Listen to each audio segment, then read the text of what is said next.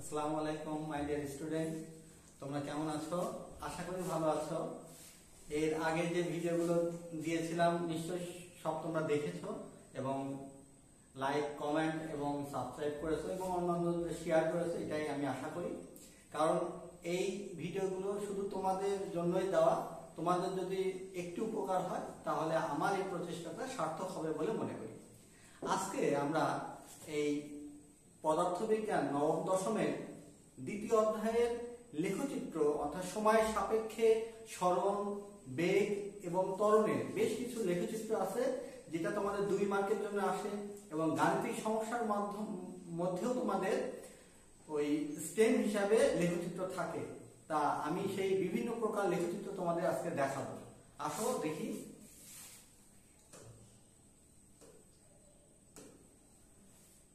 দেখো, আমরা সাধারণত এক্স অক্ষটাকে সময় অক্ষ বিবেচনা করি এবং ওয়াই অক্ষটা এখন কার সাপেক্ষে সেটা, যেমন সরণ যদি হয় ওয়াই অক্ষ সরণ, যদি বেগের সাপেক্ষে হয় তাহলে ওয়াই অক্ষ বেগ বিবেচনা করব। তা আমি প্রথম থেকে আসি। মনে করো এক্স অক্ষটা এটা টাইম, তাহলে এটা সময়, আর এইবার এটা দেখাচ্ছে হলো সরণ, এটা হলো সরণ বা দূরত্ব।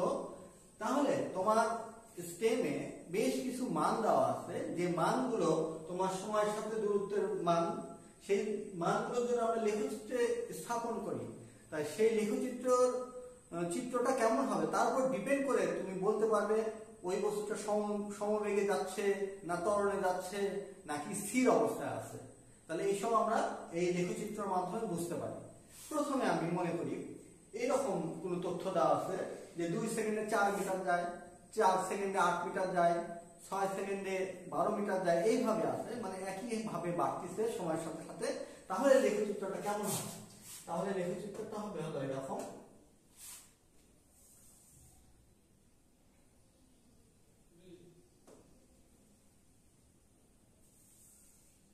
এরকম হবে, অর্থাৎ সরলরেখা হবে।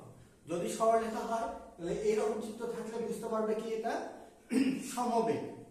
তাহলে এই এস ভাগ টি মানে কি? বেগ না, দূরত্ব ভাগ সময় বা সরণ ভাগ সময় বেগ। তাহলে এই স্ট্রেট লাইন হলে তুমি বুঝবে কি এটা সমবেগে। এই যদি তোমাকে বলে যে সরণ সময় দিয়ে সমবেগ দেখাও 2 মার্কের জন্য, তখন এটা চিত্রটা আঁকিয়ে দিবে। আর এই তথ্য সাহায্য অঙ্ক করতে বলে তাহলে এই রিলেটেড মানগুলোতে তোমার বিভিন্ন অবস্থায় বিভিন্ন সময় বেগ নির্ণয় করবে। এবার সেকেন্ড, যদি এরকম হয় যে সময় x অক্ষ বরাবর সময় আর y অক্ষ বরাবর দূরত্ব দিয়েছো, কিন্তু লেখচিত্র পাচ্ছ হলো এরকম, অর্থাৎ সুষম না। 1 সেকেন্ডে 2 মিটার, দ্বিতীয় সেকেন্ডে 8 মিটার, তৃতীয় সেকেন্ডে 4 মিটার। তাহলে এইরকম যদি হয়, তাহলে একই যদি নিয়মে না যায়, তাহলে সেটা কি হবে? অসমবেগ। তাহলে এটা কি বললাম? সমবেগ বা সুষমবেগ। লেখো এখানে সমবেগ বা সুষম বেগ। তাহলে এটা হলো সুষম বেগ বা সমবেগ, আর এটা কি? অসমবেগ। এটা হলো অসমবেগ, অসমবেগ। তাহলে এইভাবে আমরা দুইটা বুঝতে পারলাম। এবার তৃতীয়টা, যদি এরকম ঘটনা পাও তুমি যে x অক্ষ বরাবর সময়, y অক্ষ বরাবর দূরত্ব, লেখচিত্রটা পাচ্ছ হলো তুমি এরকম, এইরকম। তাহলে এটা কি নির্দেশ করে?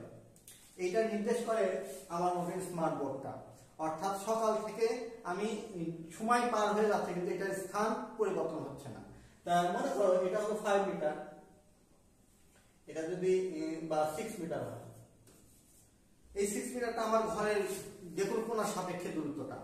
তাহলে দেখো 5 সেকেন্ডে 6 মিটার, 10 সেকেন্ডে 15 সেকেন্ডে 20 সেকেন্ড সময় যাচ্ছে, দূরত্ব পরিবর্তন হচ্ছে না। তার মানে কি সে চিত্র? এটা স্থির অবস্থা। এটা কি প্রকাশ করে? স্থির অবস্থা করে। তাহলে এটা স্থির অবস্থার লেখচিত্র।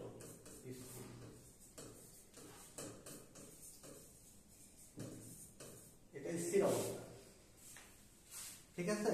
তাহলে এইবার দেখো আরেকটা দেখবো, সরণ দিয়ে আরেকটা আছে, সেটা হলো মনে করো x অক্ষ বরাবর সময় আর y অক্ষ বরাবর দূরত্ব। আর লেখচিত্র পাচ্ছ এরকম। এটা আপওয়ার্ড কার্ভ, দেখো সুষমভাবে বেড়েছে, আপওয়ার্ড কার্ভ বলা হয় এটা। এইভাবে যদি বাড়ে তাহলে এটা ত্বরণ নির্দেশ করে। এটা কি নির্দেশ করে? মানে এটা হলো এস সমানুপাতিক টি স্কয়ার আছে না, এই সূত্রকে সাপোর্ট করে। তাহলে এই সূত্রকে সাপোর্ট করলে এটা সুষম ত্বরণ প্রকাশ করে। তাহলে এটা সুষম ত্বরণের লেখচিত্র। তাহলে এখানে লিখে রাখো সুষম ত্বরণ, সুষম ত্বরণ বা সমত্বরণ, সুষম ত্বরণ বা সমত্বরণ। তাহলে মোটামুটি সময়ের সাপেক্ষে দূরত্বের এই চারটা লেখচিত্র আছে: সুষম বেগ, অসম বেগ, স্থির অবস্থা, সমতল, চারটা। এইবার আমরা চেঞ্জ করব, সেটা হলো সময়। ধরো এক্স অক্ষ বরাবর সময়, ওয়াই অক্ষ বরাবর এবার বেগ। ওয়াই অক্ষ বরাবর কি? বেগ। ওয়াই অক্ষ বরাবর যদি বেগ হয়, আর লেখচিত্র যদি আমি এইভাবে এরকম পাই, এরকম পাই, তাহলে এটা কি নির্দেশ করবে? অর্থাৎ বেগ ভাগ সময়, বেগ ভাগ সময় করলে কি পাবো? বেগের পরিবর্তনের হার, ত্বরণ। ত্বরণটা কেমন? নির্দিষ্ট না? তা নির্দিষ্ট হলে এটা কার চিত্র? সুষম ত্বরণ। কারণ এটা আর এটা একই রকম, কিন্তু সাপেক্ষ আলাদা, স্ট্রাকচার আলাদা, চিত্রর ভেরিয়েশন আছে। দেখো এটা আপওয়ার্ড কার্ভ, এটা স্ট্রেট লাইন, এটা দূরত্ব সাপেক্ষে সময়, এটা বেগের সাপেক্ষে সময়। যদি এরকম হয় তাহলে সেটা কি বলবো তুমি? এটা বলবে হলো মূল বিন্দু আমি সরলরেখায় গেলে স্থির অবস্থা থেকে গেছে। আর যদি এরকম হয়, দেখো এরকম হতে পারে, এটাও কিন্তু সুষম ত্বরণ, তবে এটা আদিবেগ আছে। এটা হলো স্থির অবস্থা 0 থেকে, আর এটা হলো এইখানে যে বেগটা হবে আদিবেগ সেটা আসবে। তাহলে এটা কার চিত্র? এটা সুষম ত্বরণ, এটা সুষম ত্বরণ, সুষম ত্বরণ লিখে এখানে সুষম, সুষম ত্বরণ। তাহলে এটা কি? সুষম ত্বরণ। এবার আসো নেক্সট। এবার এই x অক্ষ সময়, y অক্ষ বরাবর বেগ, এবং ক্যারেক্টারটা এরকম অনিয়মিত, অর্থাৎ একই হারে বেগ বাড়তেছে না বা পরিবর্তন হচ্ছে না। তাহলে কি? অসম ত্বরণ। এটা কি নির্দেশ করবে?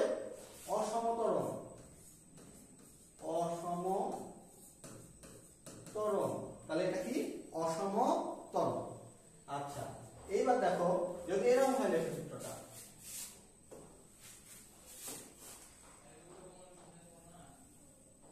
এরকম, এটা কি হচ্ছে? বেগ একটা ছিল, সময়ের সাথে সাথে বেগ কমতেছে, মানে বেগ হ্রাস হচ্ছে। বেগ হ্রাস হচ্ছে মানে কি? এটা মন্দন। এটা কিসের লেখচিত্র? মন্দন।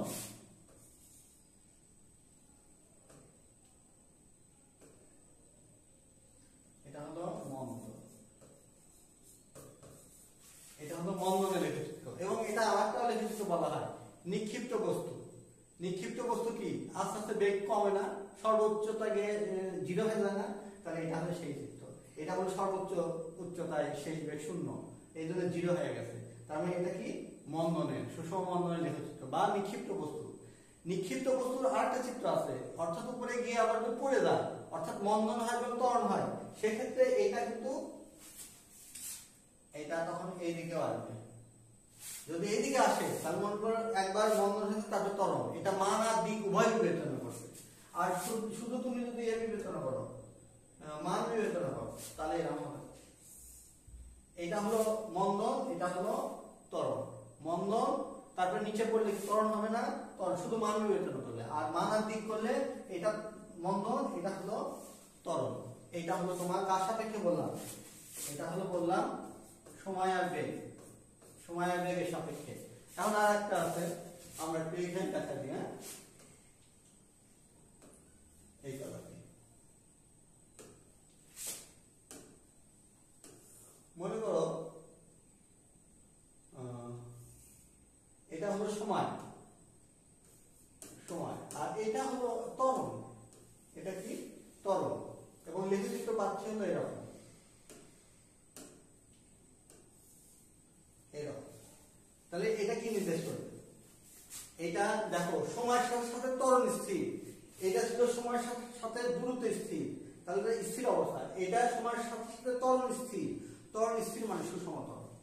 এটা কি চিত্র? সুষম ত্বরণ। তাহলে এটা আমি বলতে পারি সুষম ত্বরণ, সুষম ত্বরণ, সুষম ত্বরণ। এটা আমরা বলতে পারি কি সুসমতল। আর একটা আছে দেখাই, এই বেগের সাপেক্ষেই আছে।